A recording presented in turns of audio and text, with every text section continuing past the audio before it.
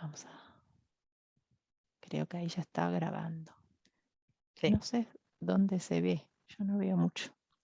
Bueno, chicos, vamos a ver un poquito de polímeros. No sé si todos se acuerdan de sus clases de química, de materiales, pero vamos a refrescar algunos conceptos básicos y la idea, bueno, si tienen alguna duda me preguntan, pero bueno, son cosas muy básicas, pero la idea es que las puedan manejar para el resto del curso, ¿no? Cuando hablemos de los distintos polímeros vayan entendiendo algunas definiciones que vamos a ver hoy. A ver si la puedo pasar. Ahí está. O sea, bueno, lo que les decía, el objetivo de esta clase entonces va a ser conocer los conceptos básicos de los polímeros. Vamos a tratar de hablar un poco de teoría, clasificación, propiedades y características y de los principales ensayos. Va a ser una clase un poco más teórica y un poquito aburrida, calculo, pero después vamos a ver cómo lo vamos a aplicar en la vida real, en la industria, cómo se aplica. Así que es importante que lo conozcan. Y después, bueno, como resultado es que reconozcan las principales características y propiedades, ¿no? de todos los polímeros, que después los vamos a ir viendo durante todo el curso, ¿no? Ahora vamos a empezar con un videíto para... pero parece que tengo que sacar el audio para que lo escuchen. Ah. Si lo escuchan. Desde los años centrales Sí, del siglo XVIII, el ser humano inició un vertiginoso proceso de transformación en su capacidad para obtener recursos, manipular materiales y fabricar todo tipo de objetos, piezas y utensilios. En apenas 150 años, hasta las primeras décadas del siglo XX, en el marco del surgimiento de la nueva etapa contemporánea, se fueron modificando por completo las técnicas y los procedimientos utilizados hasta ese momento.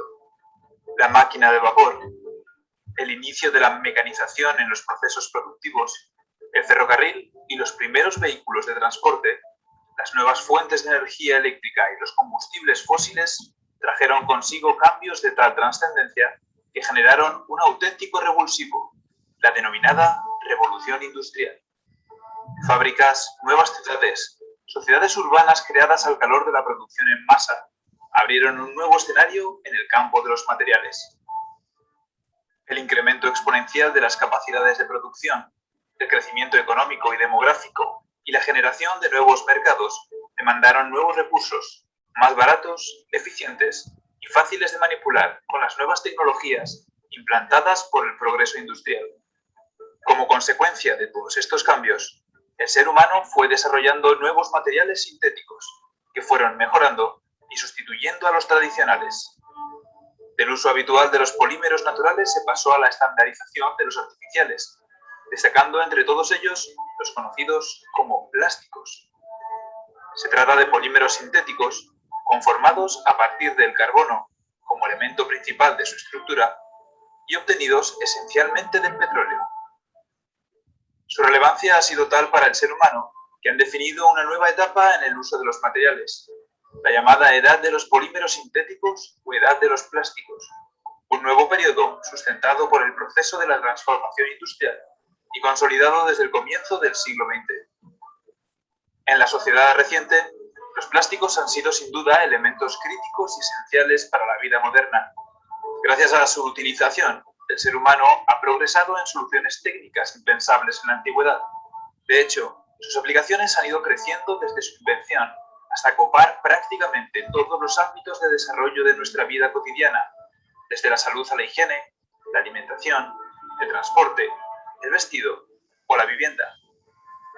Y lo cierto es que en las últimas décadas ha crecido exponencialmente su uso en todo tipo de actividades y aplicaciones: construcción y obras públicas, piezas, máquinas y componentes industriales, tecnología, informática y comunicaciones, envoltorios y embalajes, fibras y textiles, muebles y otras muchas utilidades. En la actualidad, se fabrican cada año cerca de 350 millones de toneladas de materiales poliméricos para todos estos usos, habiéndose avanzado notablemente en su capacidad de reciclado. En torno al 75% de los envases plásticos se recuperan y cerca del 50% se recicla. Los plásticos han representado como ningún otro material la base del cambio productivo contemporáneo, y el grado de avance conseguido en su utilización ha sido tal que en las sociedades actuales se ha alcanzado posiblemente su grado de madurez. Como en todos los desarrollos tecnológicos experimentados por el ser humano en su proceso evolutivo, el uso de los plásticos como material ha generado una serie de costes y consecuencias sobre el medio natural. Por ello, actualmente se investiga en la adaptación y reconversión de este tipo de materiales hacia nuevos componentes, abriendo un nuevo espacio de convivencia con otros materiales avanzados, nuevos materiales que se sustentan en gran medida en el conocimiento y las aplicaciones alcanzadas a partir del uso de estos polímeros sintéticos. Materiales. Una historia sobre la evolución humana y los avances tecnológicos.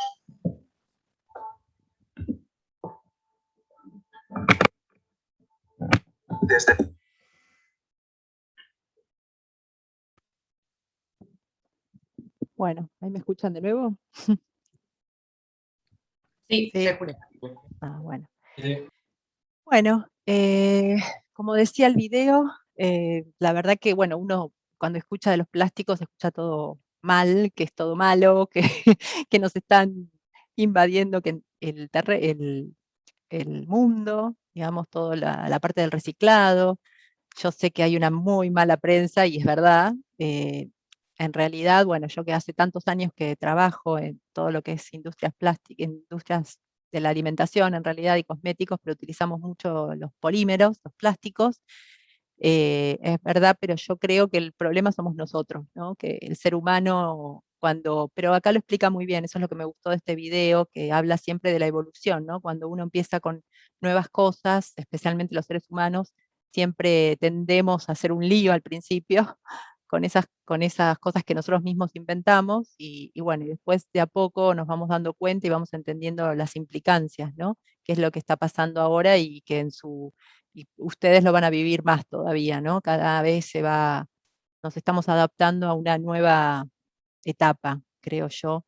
El siglo XX fue el total de los plásticos y ahora vamos a ir a otro tipo de materiales, ¿no? Pero lo bueno es que creo que lo que sirvió son todos los procesos de obtención, todo lo que implica el descubrimiento del plástico, lleva a utilizarlo para otras cosas, ¿no? Eso es lo que hay que quedarse también un poco con la idea que no, hay un montón de sistemas de estudio que se originaron en los polímeros, ¿no? Al investigar los polímeros se empieza a encontrar otro tipo de materiales que nos lleva a otro tipo de industria, la nanotecnología, bueno, y todo lo que viene en adelante.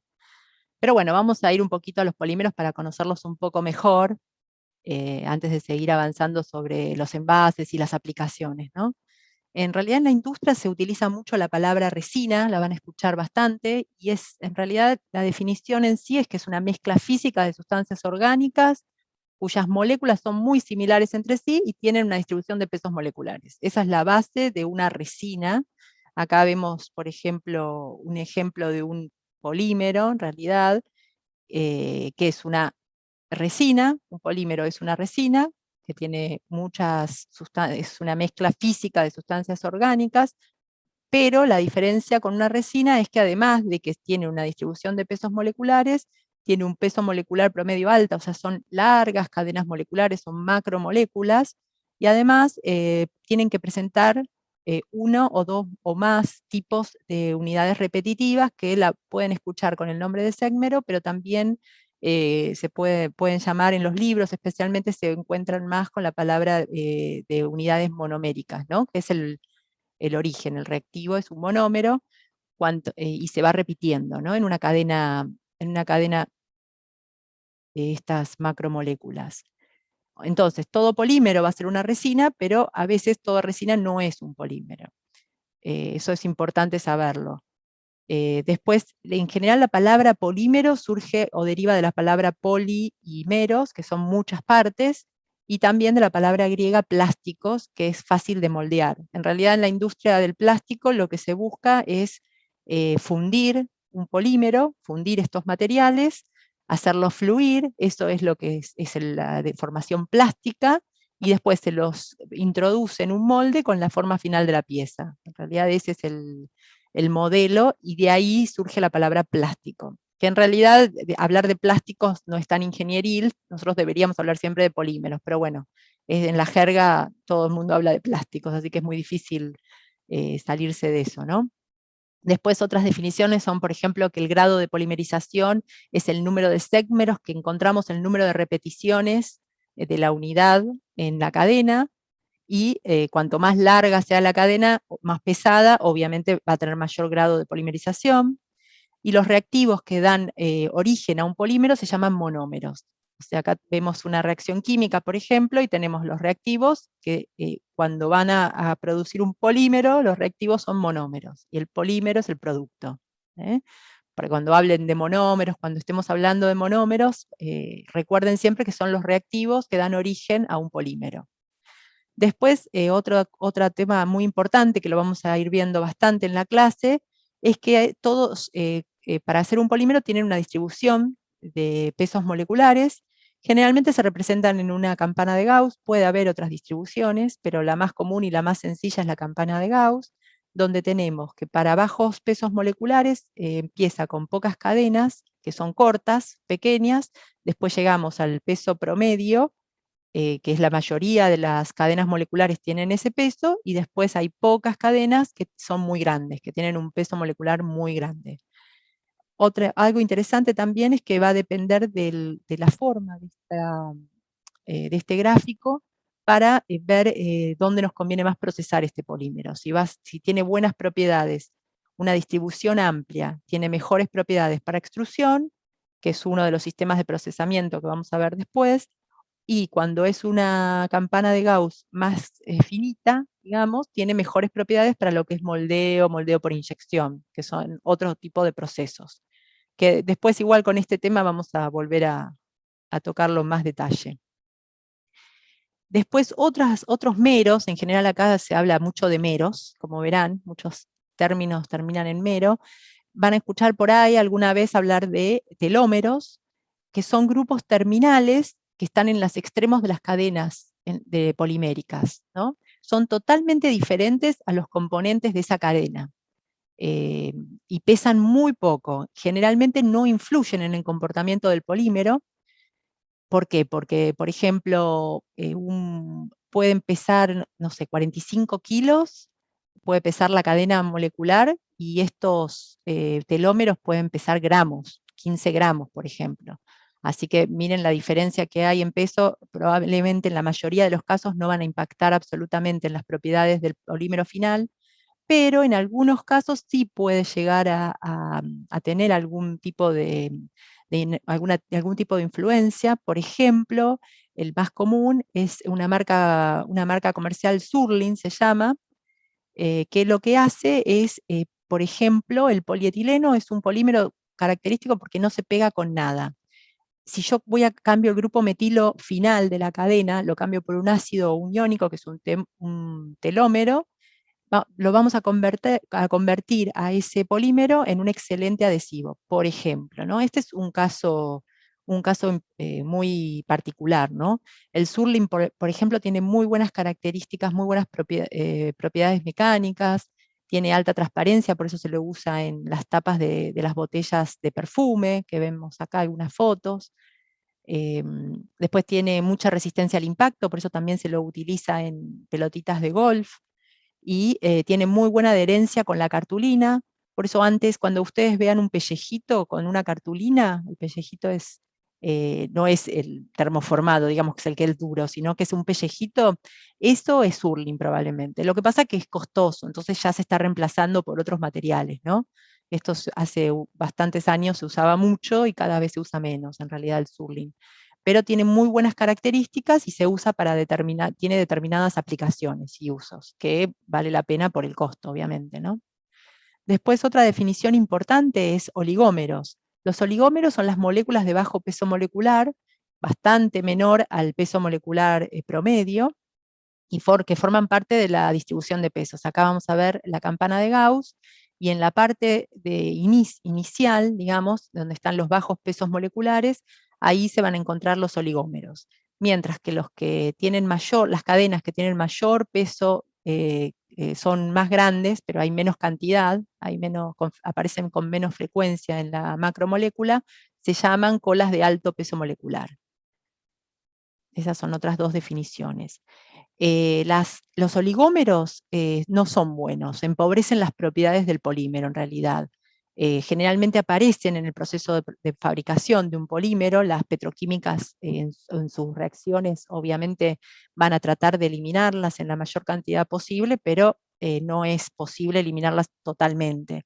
Siempre se van a mantener, van a haber algunos oligómeros en el polímero final que vamos a obtener, pero lo que se hace ahora a poder separarlos, porque vieron que siempre hablamos que es una mezcla física cuando hablamos de polímeros, entonces se pueden separar estos oligómeros y se les buscan otras aplicaciones en otras industrias. Por ejemplo, a los oligómeros de etileno se usan para ceras para lustrar pisos de madera, que se las conoce como ceras de polietileno, a pomadas para zapatos, en las tintas de impresión de offset. El offset va colocando una lámina sobre la otra cuando ya están impresas, y muchas veces en las tintas se le agregan ceras microcristalinas, que son muy, muy chiquititas, que son estos oligómeros, que lo que hacen es que cuando una capa se ponen rápidamente una sobre otra, lo que hace que separe a las capas que se van acumulando de revistas, por ejemplo, las separen esas ceras, esas gotitas microcristalinas, entonces para que no se peguen y no se manchen, ¿no?, con las tintas. Y de paso dejan un lugar entre las hojas para que entre el oxígeno y se sequen más rápido las tintas. Así que tiene bastantes usos estos oligómeros, ¿no? Nada se descarta, se trata de utilizar todo. Pero siempre vamos a ver que va a haber una pequeña proporción de oligómeros en la composición de un polímero. Bueno, otra cosa importante es que las propiedades de los polímeros se van a originar en el alto peso molecular y entre la interacción de esas largas cadenas, ¿no?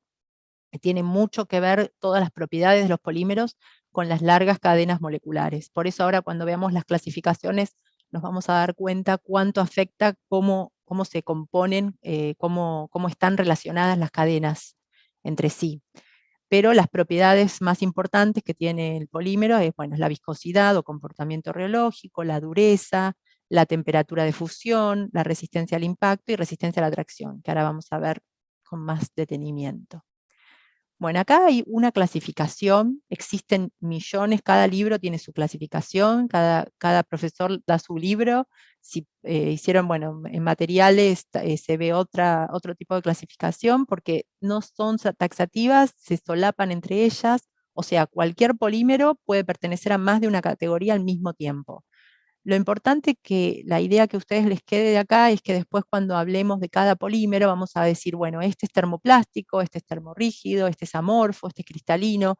Entonces la idea es que ustedes vayan teniendo una idea de a qué se refiere uno cuando habla de este tipo cuando los nombra así, ¿no?, a cada uno de los polímeros. Vamos a empezar por su origen. Se clasifican en naturales y sintéticos. Los naturales son obviamente los que se encuentran en la naturaleza.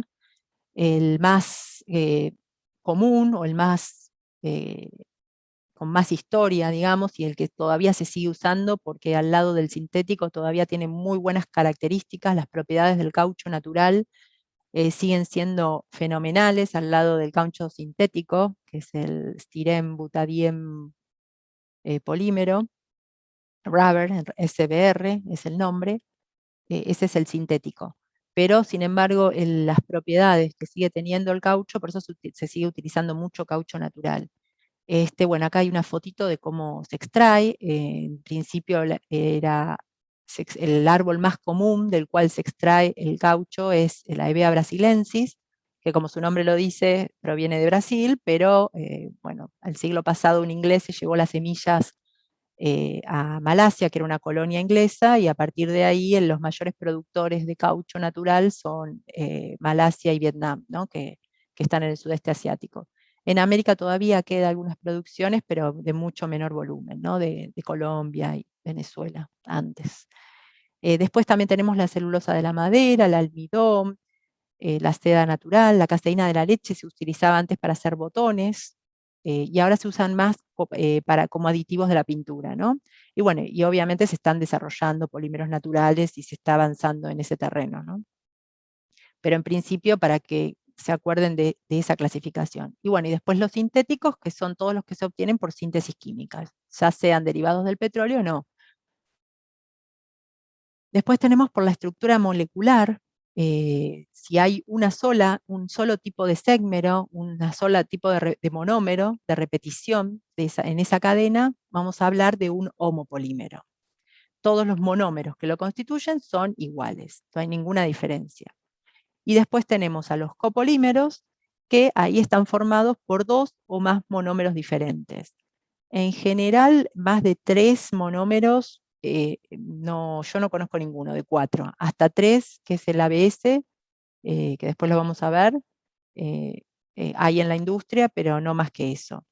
Bueno, y los copolímeros depende cómo se ordenen en la cadena molecular, vamos a llamarlos de diferente manera.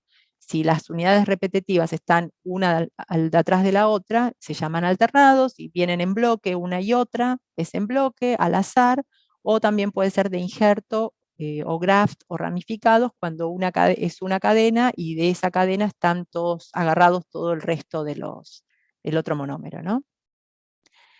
Además, también los polímeros pueden ser lineales, pueden ser ramificados, pueden ser cíclicos, pueden ser redes tridimensionales en el espacio.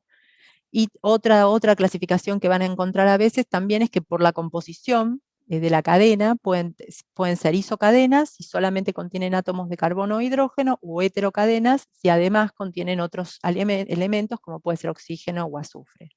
Pero esas son otras clasificaciones simplemente para que las tengan. Después, otra clasificación muy importante que nos va a servir mucho a la hora de procesar los polímeros es cuando se clasifican entre amorfos o cristalinos. Los amorfos es cuando no existe ordenamiento molecular, ¿no? Todos los polímeros en estado fundido son amorfos, eso para que se lo graben. Acá vamos a pensar un poco con comida, por ejemplo, nosotros ponemos en un plato espaguetis, y van a ver que los espaguetis vieron que son largos y finitos, y se van a mezclar entre ellos. Bueno, más o menos como un plato de espagueti son los polímeros amorfos. Mientras que si pensamos por ejemplo, en los mostacholes, que son los que se ponen uno arriba del otro, digamos, con un poquito de manteca, que uno lo pone arriba del plato y se van a ir deslizando unos contra los otros hasta ocupar un espacio en ese plato que es relativo, es uno exacto relativo al que está al lado, ¿no? Ocupan cada uno su lugar. En ese caso, vamos a hablar de cristalinos, ¿no? Para que tengan una idea pensando en la comida, en la diferencia entre uno y otro. Igualmente, en la realidad no existe ningún polímero que sea totalmente amorfo ni totalmente cristalino. Hay algunos, todos tienen porcentajes de cristalinidad. Esto se debe a qué? A que, por ejemplo, si ven este gráfico de acá, en un plato de tallarines puede haber cadenas que transcurran en forma paralela. O sea, están ordenadas esas cadenas. Lo que pasa es que en las zonas de todo el polímero que están ordenadas versus a las que no están ordenadas, hay una mayor proporción. Entonces, en función de esa proporción, vamos a tener polímeros más amorfos o polímeros más cristalinos. No sé si quedó claro, pero bueno, piensen más que nada en ese tipo de ejemplos. Acá tenemos, por ejemplo, la estructura de las cadenas. Si las ven, acá están en estado fundido, que son todas las cadenas están totalmente desordenadas, y cuando vamos fundiendo, vamos solidificando a ese polímero, lo que va a pasar, pueden pasar dos cosas. Puede pasar que según la termodinámica del sistema, nosotros vayamos a un polímero amorfo, que polimerice en forma amorfa. Entonces, ¿eso qué va a hacer? Va a solidificar y se van a mantener desordenados. Mientras que no, si la termodinámica del sistema dice que tiene que ser un cristal, el polímero va a ser cristalino, entonces se van a ir acomodando esas moléculas para formar un cristal, para formar una estructura cristalina. Generalmente, por ejemplo, el PET es uno de los polímeros más cristalinos que existen. En ese caso, a pesar de ser cristalino, bueno, otro tema importante es que los cristalinos no son polímeros transparentes, ¿no? Generalmente son translúcidos, opacos. Los que sí son transparentes son los amorfos. Por eso cuando uno piensa en el PET, que es transparente, dice, bueno, pero ¿por qué? ¿Cómo puede ser que sea cristalino y no sea amorfo? Bueno, eso depende mucho con la velocidad de enfriamiento del polímero. Si nosotros enfriamos un polímero, todos los polímeros son amorfos, así que ya sabemos que cuando están fundidos son amorfos. Si los vamos a enfriar lentamente, vamos a darles tiempo a que se acomoden, que formen una estructura cristalina, o van a quedar en forma amorfa. Si nosotros los enfriamos rápidamente, esa estructura va a quedar amorfa, solidifica en forma amorfa, que eso es lo que pasa con el PET. Es una estructura que va a quedar tensionada porque es bastante cristalina esta estructura, pero nosotros para mantener la transparencia hacemos un enfriamiento rápido para mantenerlo transparente. Si ustedes ven algún polímero, si quieren probar algún polímero transparente, si ustedes lo calientan, por ejemplo, van a ver que se empieza a poner translúcido. Ya pierde la transparencia y empieza a tomar un colorcito blanco, como el fondo de las botellas, por ejemplo, de PET. Pero si hacen la prueba, fíjense que enseguida se ve eso. Y después cuando se enfría, si es amorfo, va a volver a la transparencia, ¿no? No es el caso de una botella de PET, pero sí de otros polímeros cristalinos. Buenas tardes, Maca. Sí. Una pregunta. ¿Se Sí. puede volver de un producto sólido semicristalino a amorfo final? Sí. En realidad, cuando vos los fundís a los polímeros, vuelven todos al estado amorfo. Vos que estás preguntando, si después los vuelvo a enfriar, a solidificar, si vuelven, dependiendo qué porcentaje de cristalinidad tengan. Eso es lo que te va a dar la transparencia. No sé si Sí, perfecto. te respondí. Pero en realidad, después ahora cuando veamos lo de termoplásticos y termorrígidos, también vamos a hablar un poco del reciclado, porque por ahí va para ese lado la pregunta. Pero en principio, sí, cuando nosotros fundimos cualquier polímero, van a volver al estado amorfo. Lo que pasa es que, bueno, la transparencia se da en estado sólido, ¿no? Obviamente. Pero en principio, si nosotros a un polímero que tiene su estructura bastante cristalina, como podría ser el caso del PET, a esos los tenemos que enfriar rápidamente para que en el estado sólido queden con mayor transparencia. Esto se debe a que los cristales en un polímero, cuando yo tengo un solo cristal, ese cristal sí va a ser transparente, pero en el caso de los polímeros vamos a tener muchas capas de cristales. Entonces la luz va a empezar a reflejar, a refractar, bueno, todo el proceso que va a hacer la luz al traspasar esos cristales, va a ir dejando que pasen menos rayos de luz del otro lado. Entonces eso es lo que hace que los polímeros cristalinos no sean transparentes. Si van a la verdulería, por ejemplo, y ven las bolsitas, si ustedes arrancan una bolsita, van a ver que la bolsita es transparente. Ustedes miran de un lado y ven lo que hay del otro lado. Ahora, en el rollo, que hay muchas capas de esas bolsitas, van a ver que es prácticamente blanco, que no es transparente, es más opaco, translúcido. Eso se debe a que hay muchas capas de bolsitas, ¿no? También otro tema que va a influir mucho es el espesor de la película, ¿no? En el caso de un polímero cristalino también puede ser translúcido, pero a medida que voy aumentando la capa, cada vez va a ser menos translúcido, ¿no? Va a ser más opaco, más blanco, digamos. Después esta curva que les muestro acá es muy importante, lo vamos a tener que tener en cuenta en toda la materia, más que nada cuando hablemos en los procesos de conformación. Si nosotros tenemos un polímero, vamos a ver que a bajas temperaturas, a temperatura ambiente, la mayoría de todos los polímeros tienen una viscosidad muy alta.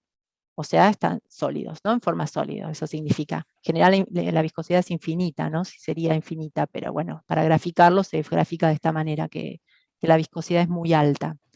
A medida que los vamos calentando, a medida que vamos aumentando la temperatura, vamos a darnos cuenta que en un material amorfo, vamos a empezar con el amorfo, cuando llegamos a un punto, a una temperatura, ese material se va a ir ablandando con una determinada curva. No va a ser instantánea esa temperatura de fusión. vamos a tener una curva que va a tener un delta T, una diferencia de temperaturas de más o menos 50 grados. Dentro de esos 50 grados vamos a tener una estructura que no va a ser ni sólida ni completamente fundida, ni un líquido, sino que va a tener una viscosidad estructural, se le llama.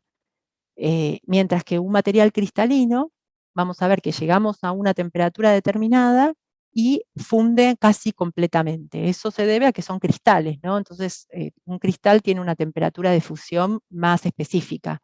Al ser muchos cristales, no podemos hablar de un punto de fusión exacto, pero sí podemos hablar de una diferencia de temperaturas de fusión que ronda los de 3 a 6 grados. No es tanto el rango de temperaturas. Baja de golpe, ¿no? El material se funde muy rápidamente, no como un material amorfo.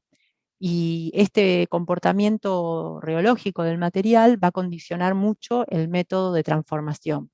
Los polímeros amorfos vamos a poder transformarlos por casi cualquier método que haya en la industria, mientras que los cristalinos siempre van a ser más restringidos para trabajarlos. Por ejemplo, es muy difícil extrudar un cristalino. Y esto tiene que ver porque a la hora de extrudar un polímero, nosotros necesitamos que tenga una viscosidad determinada, ¿no? Después lo vamos a ver con más detalle, pero piensen en la extrusión de un churro, por ejemplo. La extrusión es lo mismo, es fabricar un churro. Cuando nosotros estamos fabricando el churro y está saliendo de la extrusora, necesitamos que se mantenga con una determinada morfología, ¿no? Que como si fuera agua, por ejemplo, el agua chorrearía directamente, no se mantendría. Entonces, para eso necesitamos, para la extrusión, un material en el cual podamos trabajar a un rango de temperaturas mayores, ¿no? Para tener un rango de viscosidades en el cual podemos trabajar. Mientras que para la inyección no es así, es como inyectar es poner una vacuna, por ejemplo, ya que tenemos las vacunas al día. Cuando nosotros nos acercamos y ponemos una vacuna, lo ideal, ¿qué vamos a sentir más? ¿Una vacuna de agua o de dulce de leche para ustedes? ¿Qué nos va a doler menos? Si nos inyectan agua o dulce de leche.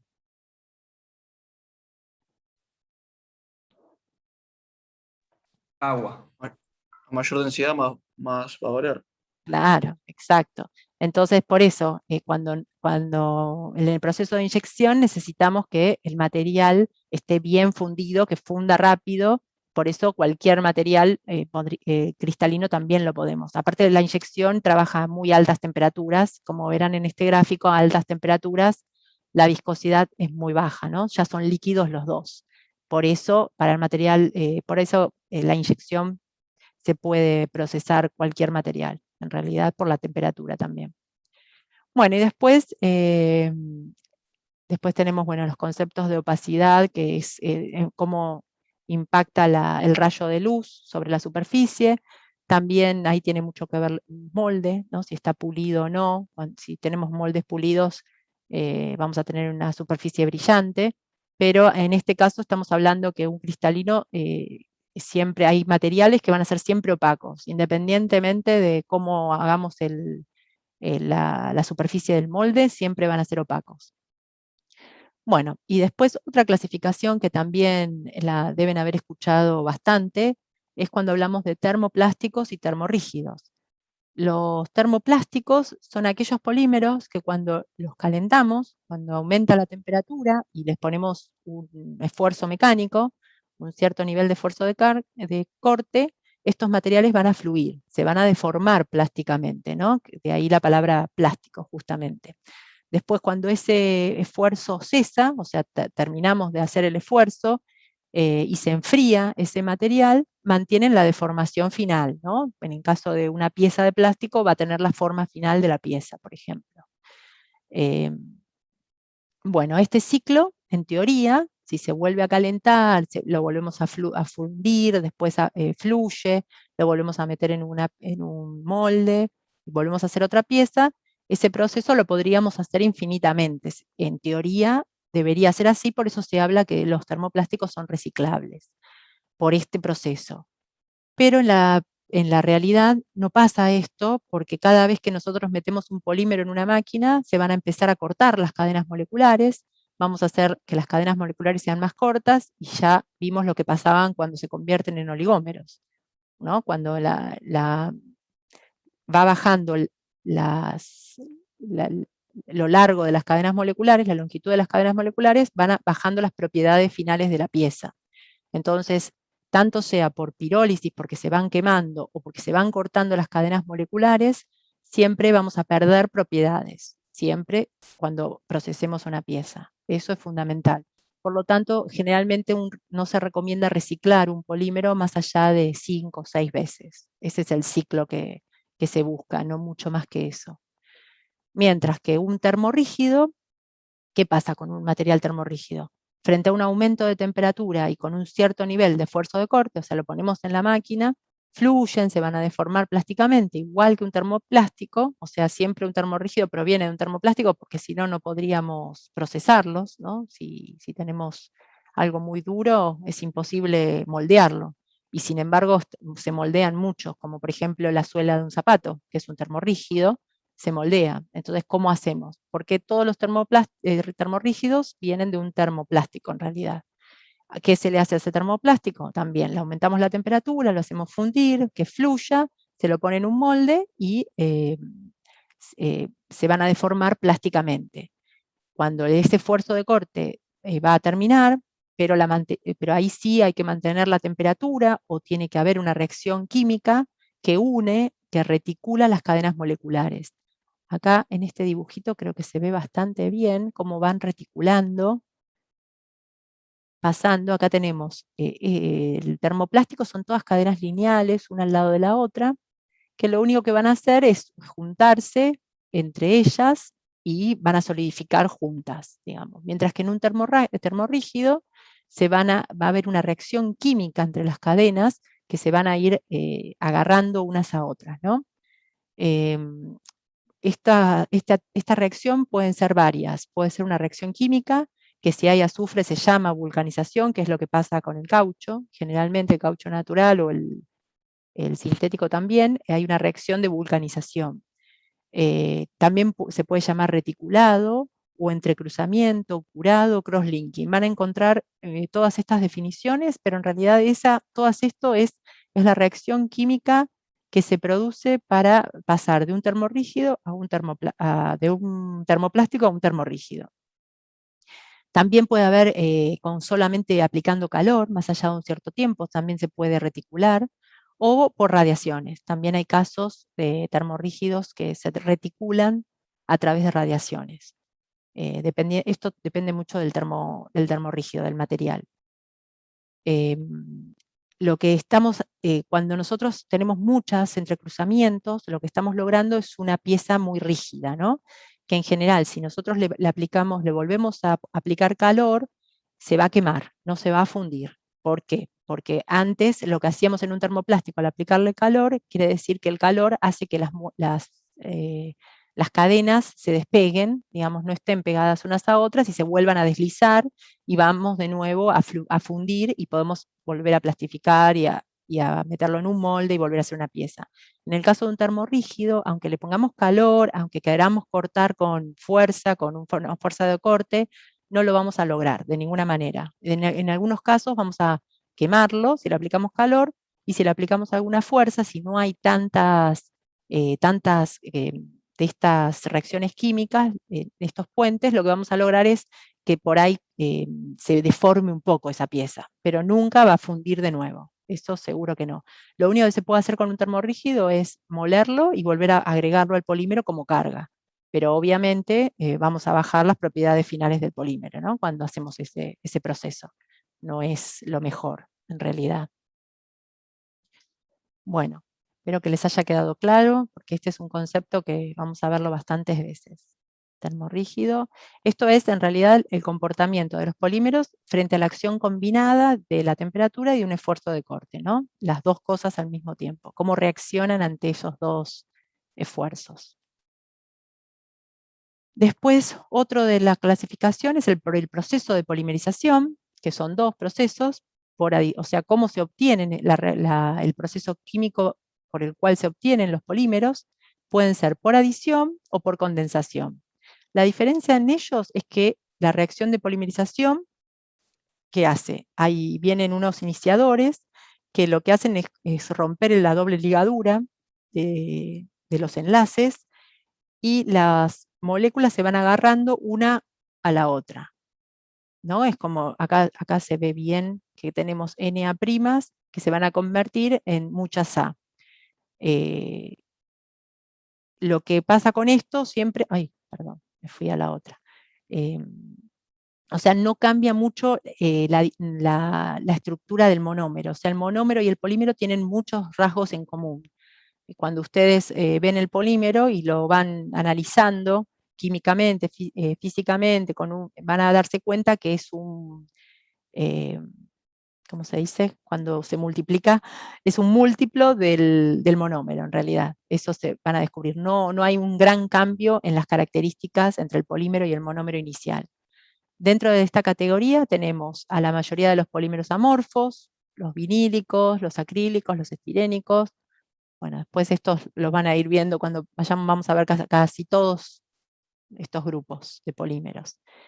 Y por condensación, acá sí lo que tenemos es que hay dos monómeros, el B y el D, que reaccionan y van a formar un polímero completamente diferente. Y como resultado, se va a desprender agua, por eso se llama condensación, o alguna otra molécula pequeña también puede ser, como puede ser una amina, ¿no? Es muy común escuchar eso.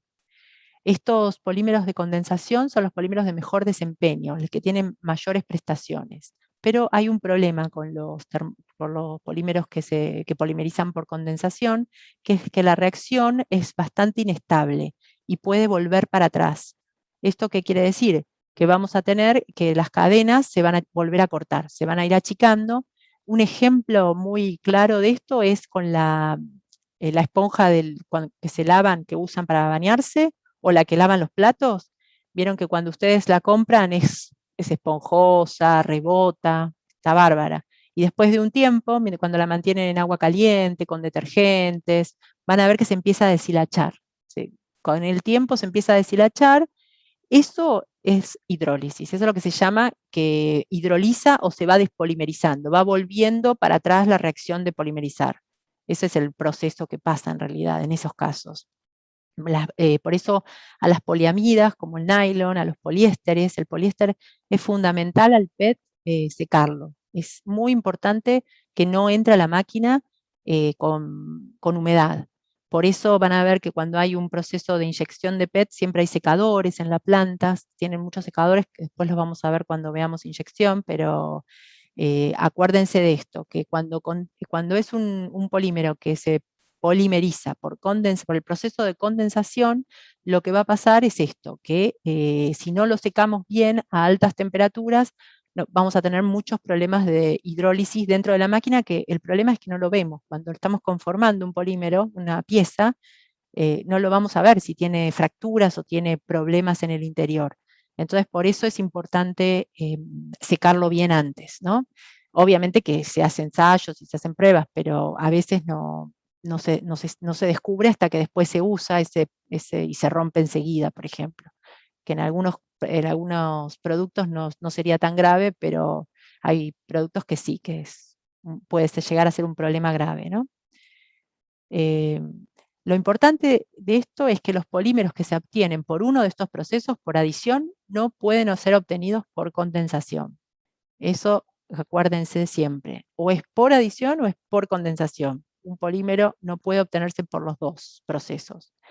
Ahora sí, en cambio, independientemente del proceso por el cual yo obtuve ese polímero, después están los métodos de polimerización. Los métodos de polimerización es el proceso, es la forma física que las petroquímicas tienen para llevar adelante el proceso de polimerización, ¿sí? O sea, las petroquímicas van a obtener los polímeros por uno de estos métodos que vamos a ver ahora. Es la forma práctica o física de llevar a cabo los procesos. Piensen, por ejemplo, en la carne, en carne de vaca o carne de pescado. Yo voy a obtener carne de vaca matando una vaca. Nunca voy a obtener carne de vaca de un pescado y viceversa. Pero cualquiera de estos tipos de carne, yo la voy a poder cocinar a la parrilla, la voy a poder hervir, y tiene distintos métodos de cocción. Eso es lo que tienen que pensar entre método y proceso, ¿sí? Esa es la diferencia. Piensen en eso, que es lo más fácil. Hay 4 métodos de polimerización. Generalmente lo que pasa con los métodos es que no los voy a explicar con tanto detalle porque es bastante complicado.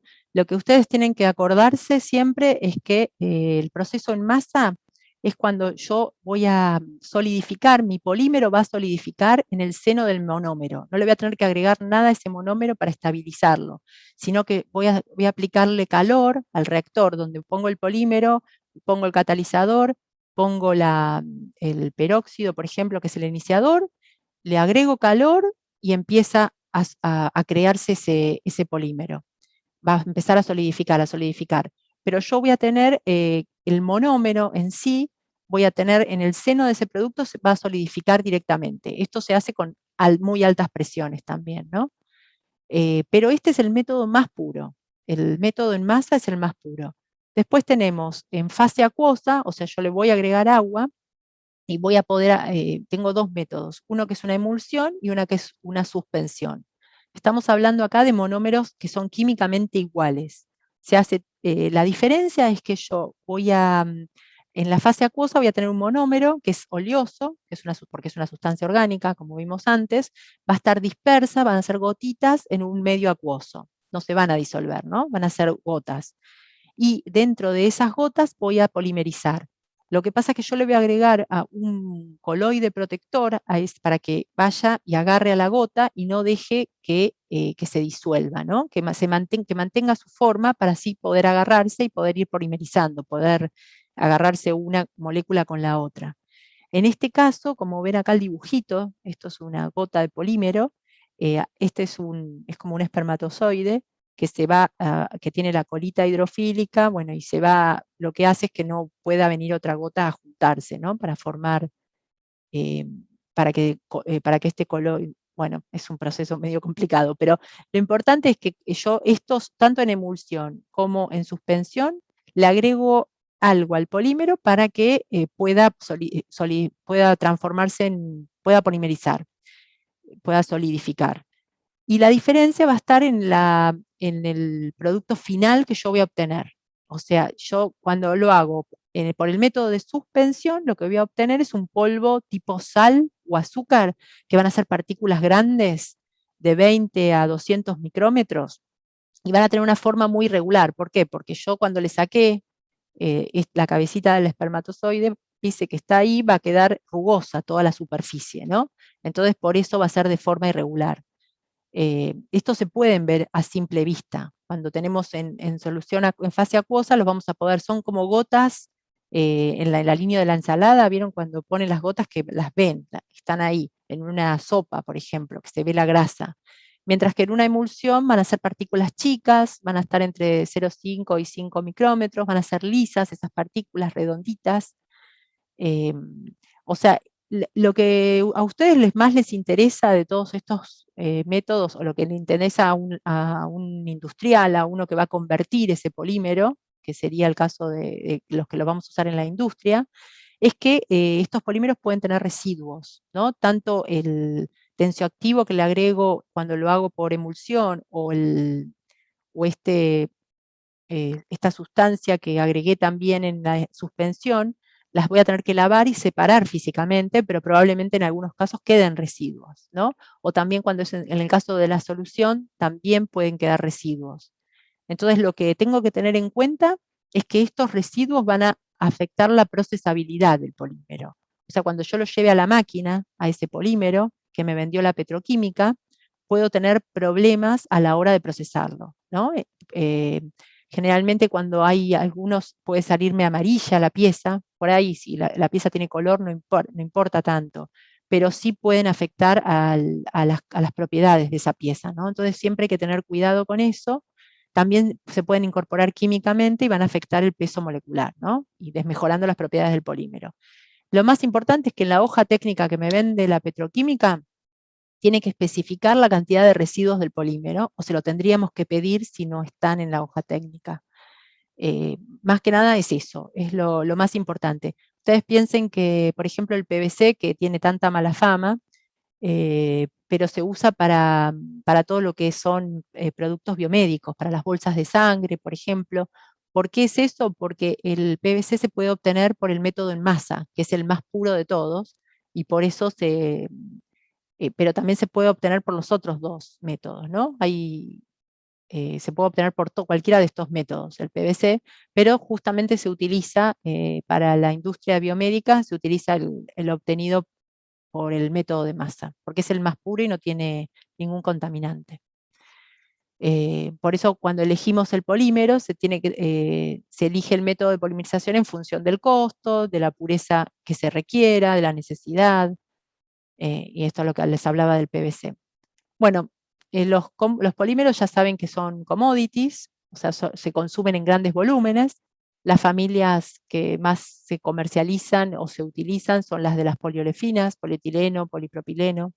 Después viene la de los estirenos, poliestireno, ABS, que son estirenos. Perdón, la segunda es los vinílicos. Acá están los vinílicos y después le siguen los estirénicos, en ese orden. Poliolefinas, vinílicos y estirénicos. Y después, para terminar con las definiciones, cuando se habla de polímeros de ingeniería, son polímeros que reemplazan algún metal en alguno de sus usos, no en todos, ¿no? En alguno de sus usos. Son polímeros de alto desempeño. Por ejemplo, se usa policarbonato para remaches, reemplazan muy bien al aluminio, pero obviamente no voy a usarlo para hervir agua como si uso el aluminio, ¿no?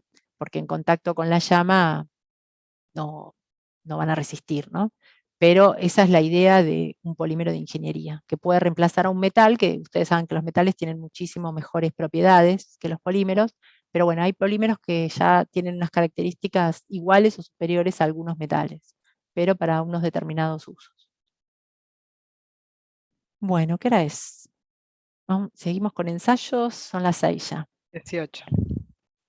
Sí, vamos a hacer rapidito los ensayos físico-químicos, así terminamos la parte más aburrida y vamos a algo más divertido.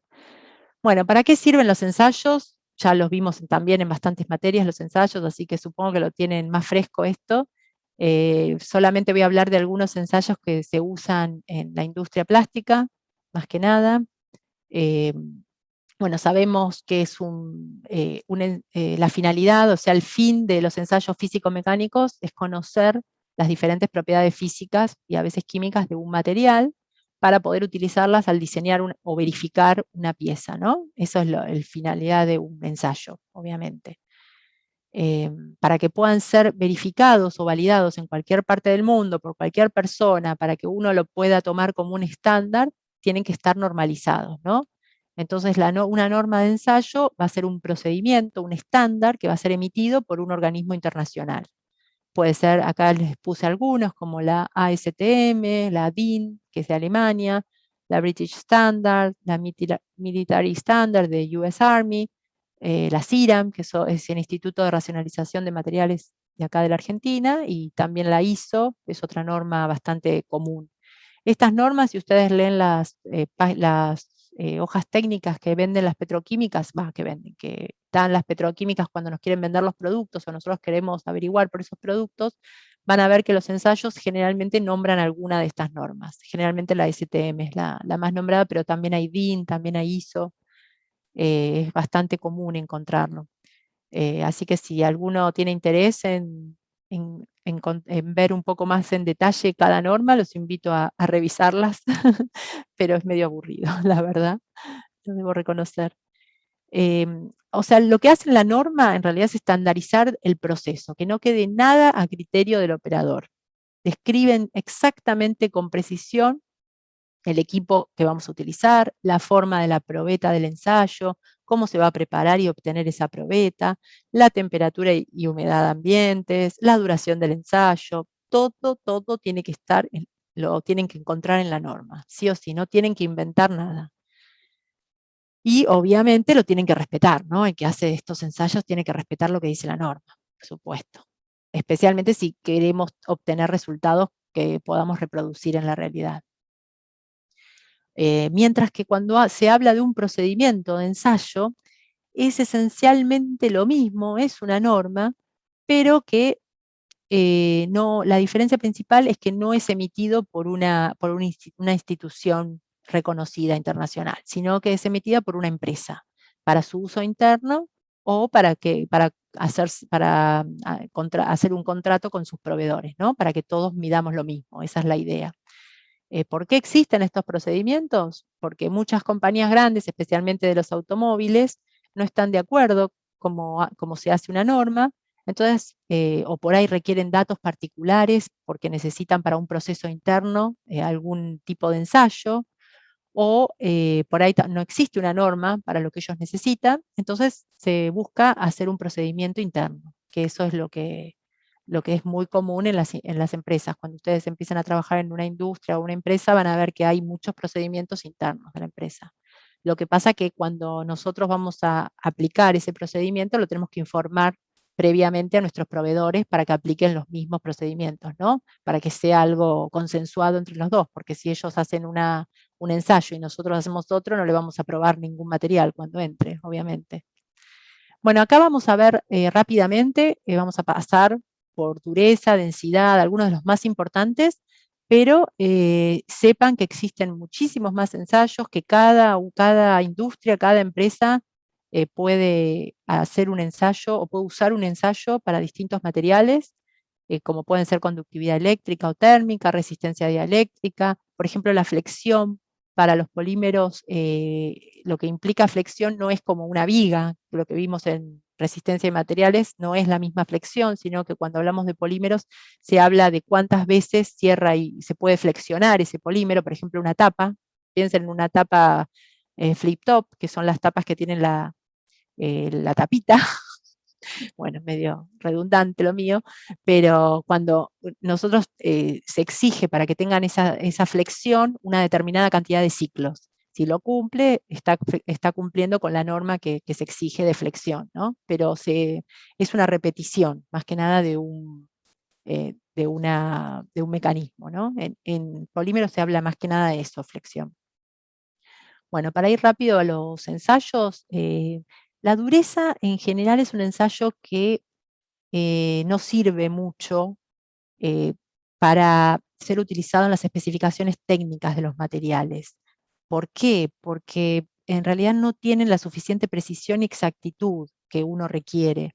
Es muy difícil cuando uno aprieta un durómetro como el que vemos acá en la fotito contra una superficie, cuánto entra, cuánto va a entrar en esa superficie va a depender mucho de la fuerza que le apliquemos, va a tener muchas variables, ¿no? Y justamente hay una imprecisión muy grande a la hora de tomar esas durezas, esas medidas, ¿no? Dependen muchísimo del operador. ¿Para qué sirve entonces? Sí. La dureza yo creo que más que nada te sirve para la hora de apilar productos, saber cuánto peso puede llegar a aguantar, por ejemplo. Claro, también, sí, podría ser. Generalmente lo que se busca en los polímeros es ver el proceso de producción. Si vos medís la dureza, por ejemplo, de un material a lo largo de toda un año, por ejemplo, y vas a la planta, viste, con estos durómetros y medís todos los días y tomás nota de cuánto medís y sos la misma persona que lo hace en las mismas cuando en tal punto del proceso productivo, todo lo mismo. Entonces, eso te va a dar una idea de tu proceso industrial, más que nada. Es una medida interna, que es mejor utilizarla internamente en una empresa que para hablar con un proveedor de dureza, porque tiene mucha imprecisión y por ahí vos vas a estar rechazando un montón de productos que no los tendrías que haber rechazado, o por ahí los aceptás todos y tendrías que haber rechazado alguno. Entonces, por eso la experiencia que se ve en la industria es esa, que conviene, ante tanta variación en los resultados, que sirva más que nada como dato orientativo, ¿no? Para controlar, justamente también sirve para controlar la cantidad de carga. Se usa mucho en termorrígidos y PVC, por ejemplo, ¿no? En las gomas, ¿vieron? Las suelas de zapatos, en todo ese tipo de plásticos, de polímeros que son bastante más rígidos, ¿no? más que de hablar de una botella o de un film. No se usa tanto en ese tipo de polímeros, se usa más a la hora de moldear termorrígidos en general, en cauchos, en ese tipo de materiales, PVC. Pero bueno, para que sepan un poco, bueno, ya lo vieron en materiales, el tema de los durómetros, que es un resorte calibrado, que tiene un punzón, que va, hay distintos métodos también. No me quiero detener en esos detalles. Yo igualmente se los dejo. Sabemos que hay una escala de dureza, la dureza Short, la dureza Asker, la International Rubber Hardness, que se utiliza muy poco para piezas de goma, es lo que yo les decía. Y en Inglaterra, como siempre al revés de todos, se llama softness, o sea, es una escala de dureza, de blandura más que de dureza, pero son algunas normas que si alguna vez tienen que medir dureza en alguna industria porque lo quieren así en la planta, bueno, pueden ir a ver alguna de estas normas si les sirve en la aplicación en la que la tienen que usar realmente. Eso es lo más importante.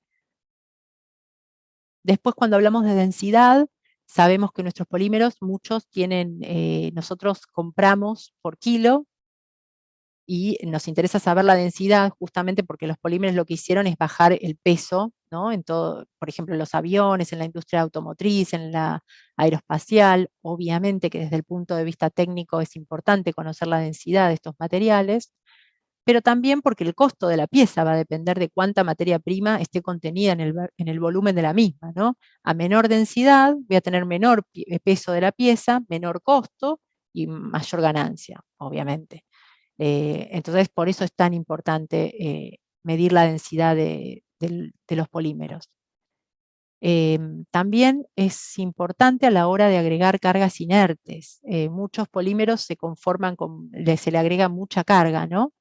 Y entonces la carga es típico darse cuenta que en la densidad del polímero que nos venden, cuando nosotros medimos esa densidad, nos damos cuenta que tiene mucha carga porque el peso es mayor, obviamente.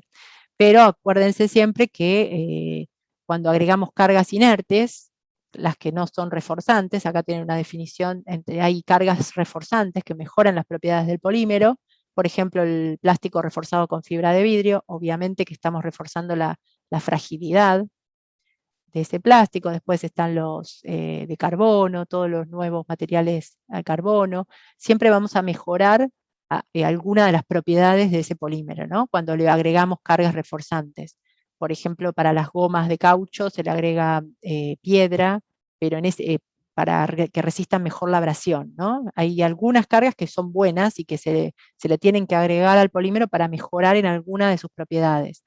Pero en general, cuando no son reforzantes y sirven simplemente para bajar el costo del polímero, porque son mucho más baratas, imagínense la piedra, el carbonato de calcio, que es lo típico que se agrega, es mucho más barato que el kilo de polímero. Entonces uno, especialmente en este país, se busca disminuir el costo y por eso tenemos la calidad de plásticos que tenemos, ¿no?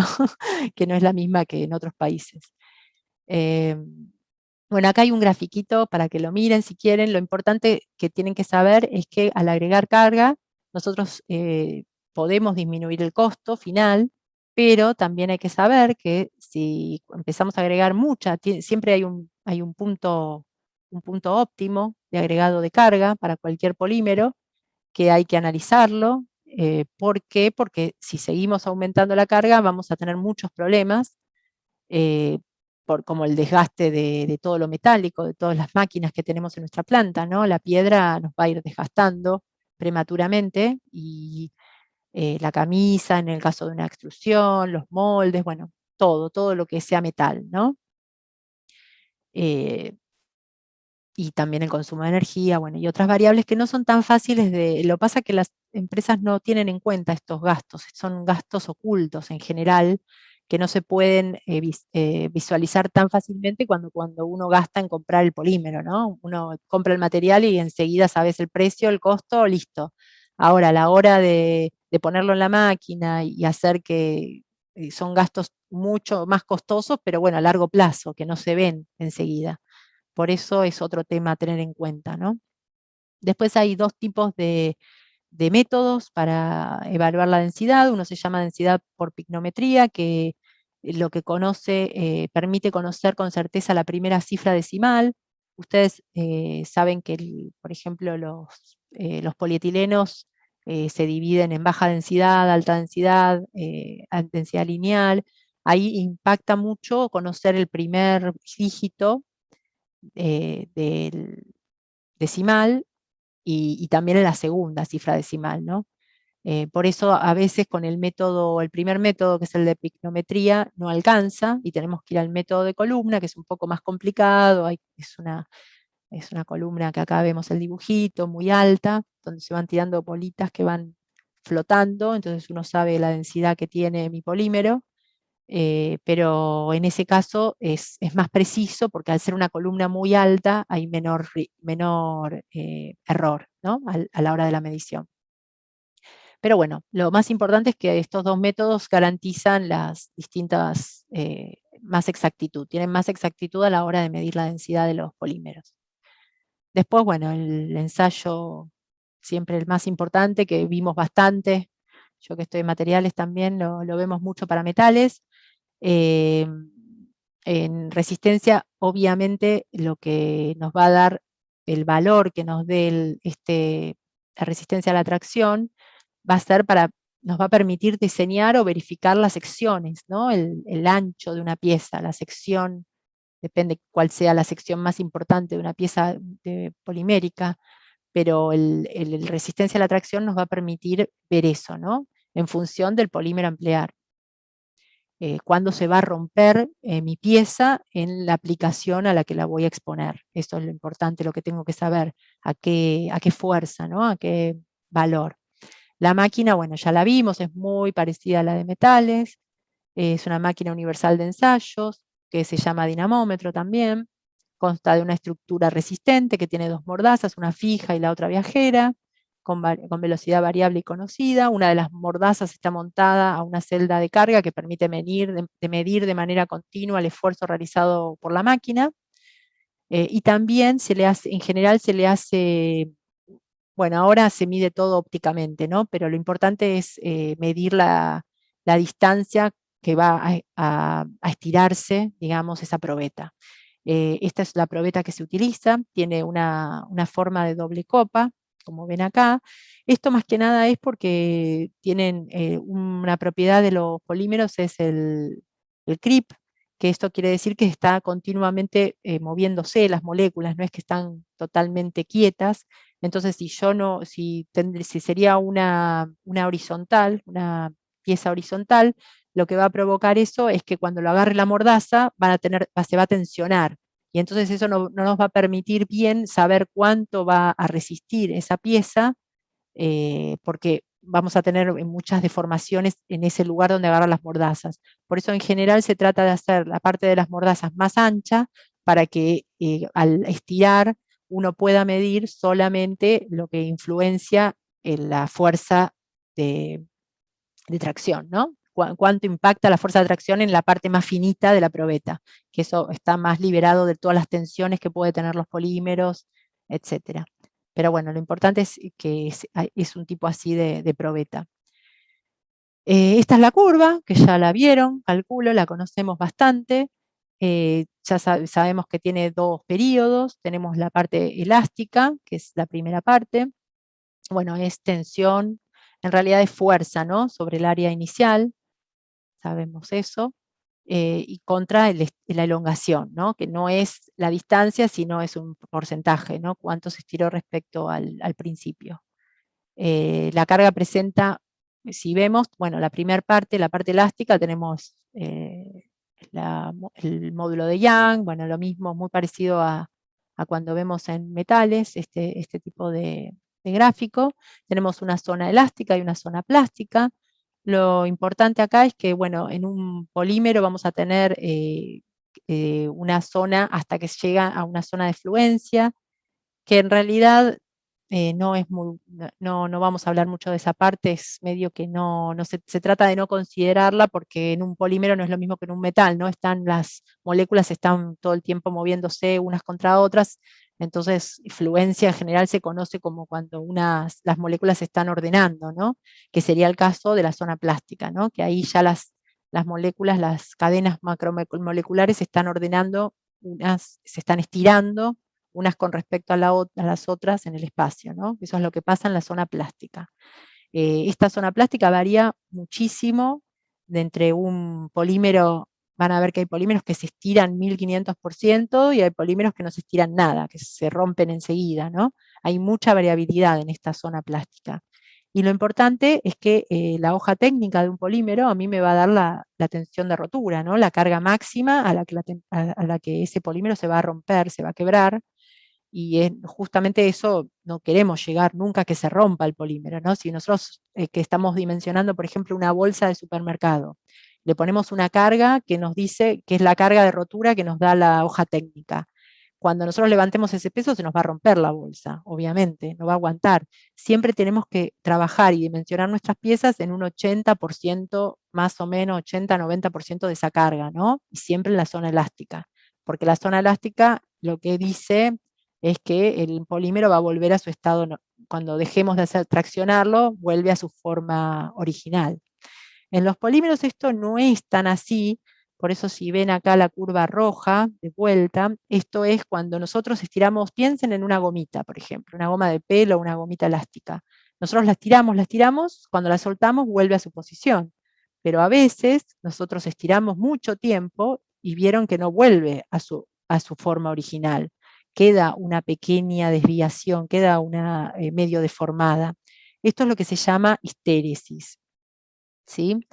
Esto lo que hace es generar calor, ¿no? Siempre esta diferencia que queda acá, esta área, es porque justamente está volviendo, ese polímero vuelve a su origen, que puede ser que no sea al cero, sino que puede quedar por acá. En muchos casos queda con una deformación, y después volvemos a arrancar, pero con una deformación inicial diferente. También la pendiente de la curva esta, ya sabemos que mide la rigidez, ¿no? de ese polímero, pero eso sí es muy parecido. El área bajo las curvas representa la energía gastada en deformar ese polímero, no voy a tener calor. Esto se puede ver mucho con una cubierta de auto, por ejemplo, que levanta mucho calor, ¿no? Cuando gira el rozamiento, aparte del rozamiento, obviamente que una parte es por rozamiento, por abrasión, pero otra parte también es por la histéresis, por este fenómeno que se da con estos polímeros, que hace que esa goma empiece a generar calor, porque ustedes saben que los polímeros no disipan el calor, ¿no? No son, ¿cómo se llama? Bueno, no transmiten calor, ¿no? Son aislantes en general. Entonces, cuando hay tanta fricción y se calientan tanto, lo que pasa es eso, que ustedes tocan la goma y se queman cuando fueron andando bastante tiempo. Y no es solo por la fricción, sino también es por esta energía, ¿no? Que obviamente también se traduce en un aumento de combustible, ni hablar. Por eso siempre se le trata de poner algunas, que hablábamos antes, compuestos o aditivos para bajar, para que pueda salir más fácil la temperatura, y también aditivos en contra de la abrasión, ¿no? Esos son aditivos que se le agregan al caucho, generalmente para hacer las gomas. Y después, ¿cómo va a afectar la temperatura a estos polímeros? Si yo aumento la temperatura, ¿ustedes qué piensan? ¿Que el valor de la fuerza máxima va a ser mayor? ¿Va a caer o va a aumentar esta curva? Porque esto está parametrizado con una temperatura. O sea, cuando yo cambio la temperatura, esta curva va a cambiar, seguro. ¿Cómo va a ser ese cambio? Si aumento la temperatura, ¿va a ser más fácil quebrarla o más difícil? Más fácil. Entonces, va a estar más blando, ¿no? El polímero, digamos. Entonces va a caer un poco así, para abajo, ¿no? Esa es la idea que les quede. Después las amplitudes de los periodos elásticos y plásticos no se sabe a ciencia cierta. Eso va a depender de del polímero, de la variación de temperatura, si yo aumento o disminuyo, va a depender de varias cosas, pero sí seguro que la carga máxima va a ser menor, que le tengamos que dar a ese polímero para romperlo. Bueno, pasemos a otro de los ensayos, que es la resistencia al desgarre. ¿Para qué nos sirve conocer la resistencia al desgarre de un polímero? Porque nos permite diseñar o verificar los radios de acuerdo, ¿no? Para que no se quiebre, para que no se raje ese producto, ¿no? Esa es la idea, los radios de acuerdo, ¿sí? Hay distintos ensayos que se emplean. Uno de los más conocidos es el desgarre ASTM, que evalúa la máxima concentración de tensión en un punto antes de que ocurra la falla. Acá ven la probeta, la forma que tiene, ¿no? Acá está el dibujo técnico y al lado hay un dibujito de la máquina en la que se está ensayando, que es muy parecida a la resistencia a la tracción. Está estirando, agarrado con mordazas. Ven la forma que tiene, ¿no? La probeta tiene un ángulo que justamente es el que voy a ver cuánto tarda en desgarrarse, ¿no? Ese material. Igualmente, este ensayo se hace sobre el material, ¿no? No va a tener que ver con mi proceso productivo después. Esto es lo que me dan en una hoja técnica la petroquímica. Ellos hacen este ensayo con una probeta de laboratorio, bajo condiciones controladas, libre de tensiones, mide el polímero nada más. Bueno, la probeta se sujeta entre las mordazas y se obtiene una curva que, si la ven acá, empieza a subir, falla el material y se mantiene constante, ¿no? El valor de la fuerza se mantiene constante porque el reciclado verán que es un poco menor que el estándar, pero esto es porque el polímero se sigue estirando, o sea, se va rompiendo. Esta es la primera quebradura que queda, pero dependiendo del espesor, nosotros vamos a seguir bajando.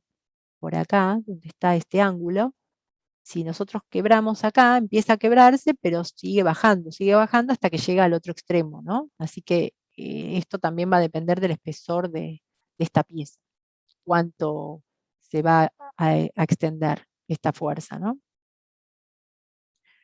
Después tenemos el otro ensayo, que es el desgarre, la resistencia al desgarre de Elmendorf, que mide el grado de orientación molecular de los films. Se usa mucho en todo lo que son films, papeles, papel foil de aluminio también.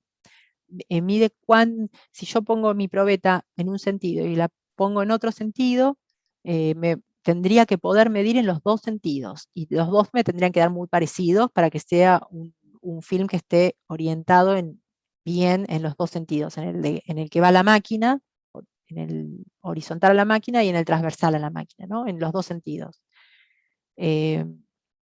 Bueno, este método no solo evalúa el material, como era el anterior, el ASTM, sino también el método y condiciones en las que se transformó ese film, ¿no? Esto se hace sobre el film ya extrudado, laminado, bioorientado, o sea, ya se le hicimos el proceso y ahora estamos midiendo cómo me da el desgarre, que puede tener un corte iniciado o no. Eso va a influir también en el resultado, pero hay que tenerlo en cuenta.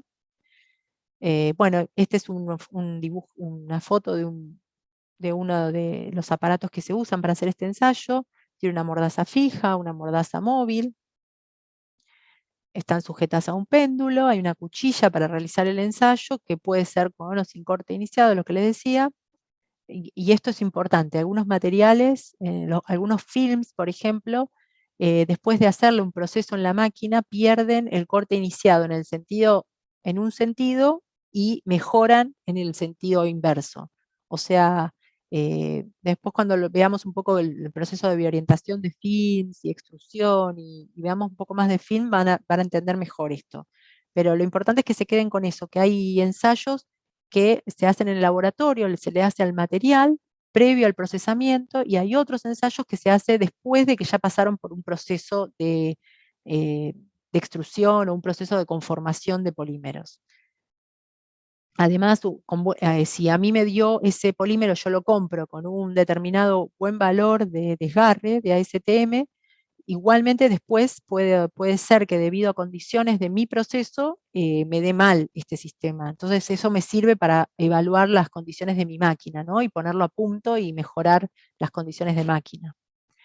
Después hay otros ensayos específicamente desarrollados para evaluar comportamiento, por ejemplo, de materiales espumados. Se llama DIN, es un ensayo DIN que no lo vamos a ver porque no vamos a llegar a ver tantos materiales. Pero lo importante es que evalúan las condiciones de transformación, además de las características del polímero, ¿no? Pero son más para evaluar todo. Bueno, y acá si quieren buscar cómo se hace este ensayo, ahí hay una página de YouTube que pueden encontrar el videito. Después tenemos la resistencia al impacto. Este también es otro que vimos bastante con los metales y que tiene algunas pequeñas diferencias a la hora de ensayar un polímero, ¿no? Así como la resistencia al desgarre, también existen dos tipos de ensayos, uno que evalúa el material per se y otro que además evalúa las condiciones de transformación de ese polímero. Y la resistencia al impacto, ya saben que mide la energía que puede absorber el material que se estudia de manera instantánea, ¿no? Cuando uno lo golpea, digamos. Puede ser los ensayos ISOD y Charpy, ahí tienen una diferencia entre cómo se pone la probeta en uno y el otro, la diferencia es esa, la colocación de la probeta, esa es la diferencia, y cómo se sujeta, ¿no? También el aparato. Tiene dos mordazas, un martillo pendular que se deja caer desde cierta altura, que es la energía potencial, para impactar sobre la probeta que tiene que estar libre de tensiones residuales, ¿no? O sea, estamos hablando de una probeta de laboratorio, condiciones específicas de ensayo. El ensayo puede hacerse con o sin indentación, con la entalladura de la probeta, y se evalúa la altura que alcanza el péndulo luego de impactar en la probeta, ¿no? En el caso de los polímeros, esta es la gran diferencia que tiene con los metales, interesa conocer no solo la energía, o sea, la altura desde la cual partió ese péndulo y a cuál llega, en realidad, la diferencia de alturas, sino que además necesitamos saber cómo fue físicamente el resultado del ensayo. ¿Qué le pasó a esa probeta? Si se rompió, tiene un comportamiento frágil, si pasó eso, puede doblarse, esa probeta puede doblarse ante el impacto, que tiene y permitiendo que el martillo pase, ¿no? sin quebrarla, puede quedar deformada, puede quedar doblada, que es el comportamiento plástico, o puede recuperar su forma, que en este caso sería el comportamiento elástico. O sea, no solo nos interesa saber que probablemente en este caso aumentemos la carga, ¿no? de impacto para ver si se rompe con una carga mayor. Pero en principio no es solamente que nos digan una fuerza, sino cómo quedó el polímero cuando terminó de impactar ese dardo. También puede ocurrir que el martillo rebote y la probeta no se vea para nada afectada, ¿no? Y en ese caso, obviamente, hay que recurrir a un aparato mayor, ¿no? Más grande, con más fuerza. Después tenemos otra, que son los ensayos de caída, que evalúan no solo el polímero, sino las condiciones en que fue transformado. Existen varios, uno de ellos es el impacto al dardo, que se emplea mucho en los films, pero también en papeles, en telas, en foil de aluminio. Y consiste, bueno, en dejar un dardo, dejar caer un dardo semiesférico que va a tener pesos crecientes sobre una serie de probetas y evaluar estadísticamente su resistencia, o sea, cuánto impacto fue el que aguantó esa probeta, digamos. También hay algunos otros ensayos que se hacen mucho en la industria de las botellas, que se hace sobre los cajones, por ejemplo, de las botellas de Coca-Cola, se usa mucho, o de soda, y si no, yo la hice cuando trabajaba en Danone, la hice mucho en los bidones de agua grandes, vieron los de 12 litros, creo que eran, o 20 litros, que los dejábamos tirar de una altura de 2, 3 metros, llenos de agua, obviamente, tienen que estar con el contenido, se especifica la altura y se evalúan si soportan esa caída o no, ¿no? O sea, en general se dice, bueno, si soportan 2 metros de caída y no se quiebran, o sea, hay que mirar a dónde cae, o sea, hay muchas consideraciones en este tipo de ensayos, pero es muy común para ver cómo está hecho el fondo de una botella, que muchas veces es el problema, ¿no? Que es la parte donde menos resiste por ahí.